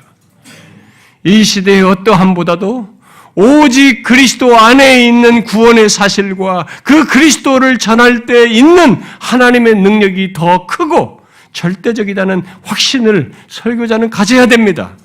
웰럼은 그리스도의 유일함과 충분함에 있어서 오직 그리스도를 긍정하는 것은 생명이다라고 하면서 그것에 있어서 달리 주장하는 것은 결국 복음의 타협이다라고 했습니다.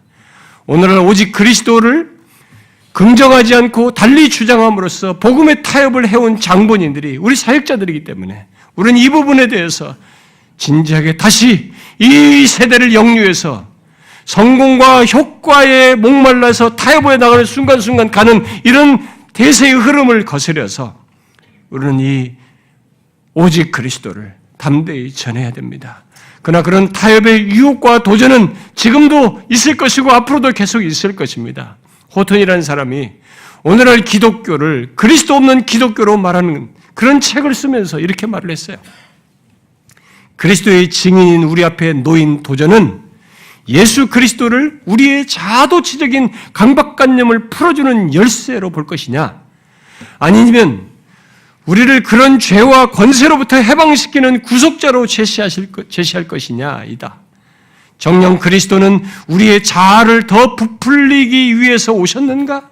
아니면 우리의 자아를 십자가에 못 박고 그리스도 안에서 우리에게 새로운 피조물이라는 정체성을 부여하기 위해 오셨는가? 라고 했습니다. 무슨 얘기를 하는지 아시겠죠? 예수 그리스도는 나에게 맞추도록 하는 도전에 주목할 것인가? 아니면 그런 도전 아래서 그리스도 안에 우리의 근본적인 해결이 있다는 것을 알고 오직 그리스도를 전할 것인가? 그쪽으로 이끌 것인가라는 문제를 얘기한 것입니다. 이런 도전과 유혹은 우리가 만나는 모든 사람, 또 말씀 증거하는 기회, 그 시간 모든 상황마다 계속될 것입니다.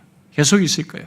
그때 사람들은 보통 사람이 조금씩 타협을 하다가 그리스도를 조금씩 양보하면서 전하다가 결국 오직 그리스도를 부정하게 됩니다. 그래서 오직 그리스도가 아닌 신앙과 삶으로 자기가 먼저 설교자가 가고 성도들을 그쪽으로 이끌게 되죠. 이게 역사예요. 저는 계획주의를 좋아하고 이 파이브 솔라를 아는 목회자들임에도 사역의 현장에 가서는 사람에게 비유를 맞추고 사람들을 붙잡기 위해서 호튼이 말한 것과 같은 도전에 타협을 하여서 실질적으로는 오직 그리스도를 부정하는 것을 보았습니다. 대신 그래서 결국은 이 하우의 첫 번째 내용으로 말한 것, 곧 오직 그리스도의 영광을 보고 아는가가 중요한 것이 되는 거죠. 여러분은 아무리 이 시대가 어떠해도 오직 그리스도에 대한 이해와 신앙과 삶의 증거에 있어서 타협하는 문제를 수도 없이 오겠지만 생명만큼 이 부분은 타협할 수 없는 것으로 생명만큼 여겨야 됩니다. 저는 이 시대에 그런 사람이 필요하다고 생각합니다. 죄송합니다만 제가 하나님께 기도한 것 중에 그겁니다. 하나님, 제가 이 우리 컨퍼런스 준비하면서 이렇게 하는데요. 많은 우리가 오지만은 저는 많은 사람도 아니고 단 한 사람이라도 이 시대를 향해서 그렇게 갈 수 있는 사람을 만나게 해주십시오. 그 결론을 갖게 해주십시오. 제가 너무 기대가 없나 싶을지 모르지만 그런 절박감이 있어요. 그렇게 하나님께 구했습니다. 오직 그리스도를 알고 믿고 전하는 가운데 있는 능력, 하나님께서 나타나시는 능력을 우리는 믿고 타협 없이 전해야 됩니다. 이 부분에서 우리는 불신하지 말아야 됩니다. 지쳐하지 말아야 돼요. 낙심하지 말아야 됩니다. 끝까지 인내해야 됩니다. 그다음 마지막으로 오직 그리스도를 불편해하고 거부하는 이 시대 속에서 어떻게 해야 하는가에 대한 이 제안은 오직 그리스도의 영광을 보고 알고 확신한 바울이 빌립보 3장에서 보인 반응과 삶을 나부터 갖는 것입니다. 본받는 것입니다. 오직 그리스도를 안 신자는 그리스도와의 관계 속에서 갖는 많은 은혜의 역사가 있겠습니다만은 심지어 외적인 성공과 풍부도 있겠습니다만 그 모든 것을 넘어서서 한 가지를 갖습니다. 여러분, 오직 그리스도는 지식의 얘기가 아니에요. 이것은 삶과 연관되어 있습니다. 이것은 그리스도와 경쟁이 되는 것을 배설물로 여기면서 더욱 그리스도와 그의 부활과 권능과 그 고난의 참념을 알고자 하며 그리스도께서 가신 십자가의 길을 가고자 하는 삶과 연관되어 있습니다. 오직 그리스도는 여기 이것과 연관되어 있어요. 그렇게 삶과 연결되어 있다는 것을 우리가 잊지 말아야 됩니다. 오직 그리스도를 알고 믿는 자는 누구든지 그 결론으로 자연스럽게 자기가 가게 돼요. 가지 않을 수가 없습니다. 그러니까 오직 그리스도는 우리에게 이 땅에서부터 영광을 누리는 삶으로 연결하지 않고 바울처럼 그 그리스도의 영광을 봄으로써 그가 가진 십자가의 길로 이렇게 인도돼요. 우리도 인도됩니다. 오직 그리스도는 입술로 증거하고 마는 것이 아닙니다. 그것은 그리스도의 영광을 본 바울이 그렇게 원한 십자가의 길을 생각하며 기꺼이 가고자 하는 것입니다. 이상하게도 이 세상에서 기독교답고 그리스도인다운 것으로 여겨진 때는 그리스도를 입술로 말하는 것을 넘어서서 십자가의 길을 갈 때였습니다. 웰스는 기독교가 가장 힘있고 세상으로부터 주목받았던 시기는 교회가 외적으로 커지고 부유해진 때가 아니고 십자가의 길을 갈 때였다는 것을 슈튜어트라는 사람, 제임스 슈튜어트라는 사람의 말을 인용해서 말을 했습니다. 슈튜어트가 이렇게 말했어요. 한번 들어보십시오. 교회의 영향력이 가장 컸던 시기는 언제일까? 교회가 세상에 가장 강력한 충격을 준 순간은 언제일까? 그것은 교회의 힘과 탁월함이 시각적으로 나타난 시기도 아니고 기독교가 국교로 인정받아 세상의 모든 나라와 그 영광이 그리스도 아래 곧 굴복할 것처럼 보이던 콘스탄티누스 대제의 사후의 시기도 아니다. 로마에서 그리스도의 대리자가 지상의 그 어떤 세속군주보다 훨씬 강한 절대권을 휘둘렀던 위대한 중세의 교황의 시대도 아니다. 또 인간 진보의 추진력이 인간을 하나님 나라로 반드시 인도할 것이라는 인문주의 낙관론의 교회가 영향을 받은 19세기 후반도 아니다. 교회가 영혼과 세계의 양심에 가장 강력한 영향력을 행사한 것은 오히려 교회가 예수님과 함께 십자가에 못 박히고 예수님을 위해 모든 것을 배설물로 여긴 시기요. 교회가 숭고한 참회와 회개에 사로잡혀 진심으로 하나님께 부르짖은 시기다. 라고 했습니다. 오늘날 우리는 교회의 힘을 수적인 우위와 이런 사회적인 지위가 있고 재물이 있는 사람과 재정적인 능력으로 이렇게 드러내려고 합니다. 이것은 분명 오직 그리스도를 알고 십자가의 길을 가지 않는 그런 모습입니다. 오직 그리스도의 놀라운 진리를 알고 고백하는 것은 반드시 삶으로 연결되어 있고 또 있어야 합니다. 바로 그리스도를 더욱 알고 그의 뒤를 따르고 그를 닮고자 해야 한다는 것입니다. 그러니까 오직 그리스도에 대한 암과 믿음은 우리의 생각과 마음과 삶을 그리스도 외에 다른 것에 우선순위를 두거나 더 가치를 둘 수 없게 하는 것을 내포한다는 것입니다. 빌립보 3장의 바울의 경험은 거짓말이 아닙니다. 누구든지 비교할 수 없는 그리스도의 영광을 보면 그분보다 다른 것에 가치를 두고 내 마음을 쏟는 것이 허용되지 않는 것입니다. 그래서 칼빈은 설령 우리가 관심을 그리스도에 대해 주로 갖는다 할지라도 우리가 생각의 일부를 그리스도 이외의 다른 쪽으로 돌릴 때 올바른 길에서 벗어나는 일이 벌어질 수 있다라고 했습니다. 오직 그리스도의 놀라운 진리를 알고 고백하는 것을 따라가는 올바른 길, 그런 삶은 바울처럼 그리스도 외에 다른 본을 생각할 수 없어서 그를 더 알고 싶고 본받고 싶어서 그가 가신 십자가의 길을 가고자 한다는 것입니다. 혹시 그런 삶을 여러분들은 어둡게 생각하시나요? 지금까지 오직 그리스도를 얘기하고 이 그리스도의 십자가를 얘기하니까 이게 어두운가요?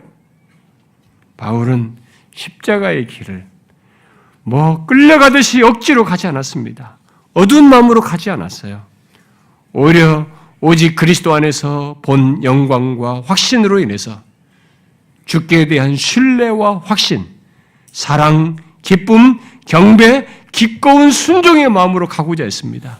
그래서 그러고도 남을 그리스도의 영광, 그 무엇보다도 비교 불가능한 그리스도의 영광과 아름다움을 보는 것이 중요하다고 제가 말한 것입니다. 그러므로 여러분, 그런 사람들에게 그리스도를 본받고 싶은 것은 그들에게 열망이고 결코 억지가 아니라 간절한 소원인 것입니다. 그러므로 아무리 이 시대의 포스트 모더니즘이 오직 그리스도의 오직에 대해서 거부감을 갖고 적대적이다 해도 오직 그리스도 안에 있는 참 생명 그리고 구원하는 능력을 알고 경험한 사람은 바울 같은 이런 소원과 열망을 가질 것입니다. 먼저 그것을 우리는 갖고자 해야 됩니다. 이 시대가 보고 싶어하는 것은 그런 신자, 그런 목회자, 그런 교회예요. 사실은 우리가 그런 신앙과 삶을 가질 때 우리가 알고 믿고 있는 오직 그리스도, 우리를 힘있게 하는 오직 그리스도는 다른 사람에게 궁금증의 대상이 되고 알고 싶은 대상이 되는 것입니다. 우리 주변에 그런 사람이 있으면 우리들도 그 사람에게 있는 것이 무엇인지 궁금해하지 않습니까? 그리고 그것이 오직 그리스도인 것을 알게 된다면 자기도 그 오직 그리스도를 알고 싶어하고 그처럼 소유하고 싶어할 것입니다. 그것은 결국 우리의 머리가 되신 그리스도, 교회의 머리 되신 그리스도가 드러나고 높임받는 것으로 결론적으로 나타날 것입니다. 여러분 아십니까? 오직 그리스도를 알고 소유한 사람 또는 그런 교회 공동체의 결론은 결국 이 모든 것이 있게 하시고 다스리신 머리 되신 그리스도가 드러나요. 결국 그리스도께 영광을 돌리게 되는 것입니다. 그리스도를 높이게 되는 것이죠. 이런 면에서 오늘날 이 시대의 교회를 보면 오직 그리스도와 관련된 이런 총체적인 모습을 상실했다고 볼 수 있어요. 그러나 우리는 오직 그리스도를 알고 믿고 전하는 가운데 있었던 구원의 능력과 세상을 변화시키는 역사가 1세기부터 계속되어 온 것을 알기에 포기하지 말아야 됩니다. 패배주의에 빠져서는 안 됩니다. 이 시대의 부정적인 모습보다 또 부정적인 도전보다 더 크고 강력한 복음의 능력을 믿고 우리는 담대히 확신 있게 전해야 합니다. 저는 마지막으로 이 포스트 모던 시대에 우리들에게 희망적인 도전을 준 웰스의 말을 인용하고 마무리하고 싶습니다. 그가 이렇게 말했어요. 지금은 더할 나위 없이 좋은 기회의 시기인 동시에 놀라운 도전이 제기되는 시기다. 과연 복음주의 교회가 다시 한번 그 진실성을 찾을 수 있을까? 과연 복음주의가 그 목소리를 찾을 수 있을까? 이 세상에는 인간적인 완전함은 없으며 교회 생활에서 황금 시대는 결코 없다. 교회가 진실성을 잃은 시대 혹은 교회가 진실성을 가진 시대밖에 없다. 오늘날 우리는 심각한 비진실성으로 급속히 추락하고 있다. 하지만 하나님의 백성은 자신이 진심으로 하나님께 부르짖고 심하게 훼손된 것을 기꺼이 지키고자 할 때 잃어버린 진실성을 실제로 회복할 수 있다는 사실을 모든 시대에 걸쳐서 배워왔다. 오늘날도 그와 같은 시기일 뿐이며 하나님은 언제나 새로운 시작의 하나님이셨고 또한 앞으로도 그럴 것이다. 하지만 이처럼 냉정하게 고려해야 할 사항들은 기쁜 사실들과 나란히 배열될 필요가 있다. 이 중에서 가장 으뜸은 예수님은 우리가 사는 세계를 주권적으로 통치하고 계신다는 사실이다. 신약 성경은 거듭해서 만물이 예수님의 발 아래 굴복한다고 진술한다. 우리가 포스트 모더니즘 세계의 권세를 생각할 때 생길 수 있는 유형의 근심과 심지어 공포로부터 우리를 완전히 해방시키는 것이 바로 이런 비전이다. 이 불신앙의 세계에 크게 위협당하고 구시대적이라고 취급받는 것을 매우 두려워한 나머지 포스트 모더니즘의 사고 습성과 심지어 불신을 흉내내지 않으면 기독교가 성공할 수 없다고 생각하는 사람도 있다. 포스트 모더니즘 세계를 당할 수 없는 까닭에 교회가 사업을 그만두고 싶지 않으면 거기에 동참하는 데에만 기대를 걸어야 한다. 하지만 포스트 모더니즘 세계는 우리가 동참하거나 극복해야 할 세계가 아니다. 그 화려함과 탁월함에도 불구하고 포스트 모더니즘 세계는 자신의 활동 속에 자신의 타락과 불신을 감추므로 우리는 거기에 결코 동참해서는 안 된다. 그리고 우리가 마케팅이나 다른 유형의 기교로 포스트 모더니즘 세계를 극복할 수 없는 까닭은 이런 기교가 포스트 모더니즘 세계에 내재된 진정한 문제, 곧 죄의 문제의 표면에 흠조차 되지 못하기 때문이다. 포스트 모더니즘 세계를 극복하는 것에 관해 생각하는 일마저도 사실상 완전히 불필요한데, 왜냐하면 포스트 모더니즘 세계는 이미 그 죄로 말미암아 패배했기 때문이다. 십자가에서 이루어진 예수님의 승리가 우리 시대의 실제 환경에서 새롭게 실현되는 것을 보는 것은 오직 우리의 몫이다. 교회가 새롭게 자기를 낮추고 하나님의 권능과 깨끗하게 하심을 추구하고 예수님의 승리로 자신의 비전이 새롭게 되어 다시 한번 예수님의 위대함을 보게 되기를 구할 때 그런 일이 발생할 것이다. 그렇게 되게 해 주소서. 여러분, 포스트 모더는 시대는 오직 그리스도를 진실되게 전하는 목소리를 필요로 합니다. 이 시대의 젖은 사람들은 이 필요를 내적으로 갖고 절규하고 있습니다. 오직 그리스도를 타협함이 없이 전하는 사람을 통해서 그 목소리를 듣고 싶어 합니다. 그것을 위해서 저와 여러분이 이 시대에 부름받은 것입니다. 이 포스트 모던 시대는 우리의 필드예요. 우리의 배경입니다. 우리에게 맡긴 거예요. 여기에 필요한 것은 오직 그리스도인 것입니다. 그러니 오직 그리스도 안에 있는 영광을 보고 우리는 후회할 것이 없는 이 주님의 길을 바울처럼 가면서 담대히 전해야 하는 것입니다. 그분을 더 알고 그분을 본받고 싶은 갈망 속에서 이 그리스도의 복되고 영광스러움, 오직 그리스도 안에서만 참 구원이 있고 생명이 있음을 기꺼이 전해야 하는 것입니다. 여기에 하나님이 함께 계셔서 역사하십니다. 우리의 삶에서, 사역에서 오직 그리스도를 알고 경험하며 증거하는 이 일에 하나님이 함께 계십니다. 여러분, 이 시대에 우리에게 맡겼어요. 몇 년 맡겼는지 모르지만 우리가 감당해야 됩니다. 이 시대에 답이 하나예요. 포스트 모던 시대는 오직 그리스도가 필요로 합니다. 우리가 이것을 타협함 없이 전해야 합니다. 저와 여러분이 거기에 사용되기를 소원합니다. 기도합시다.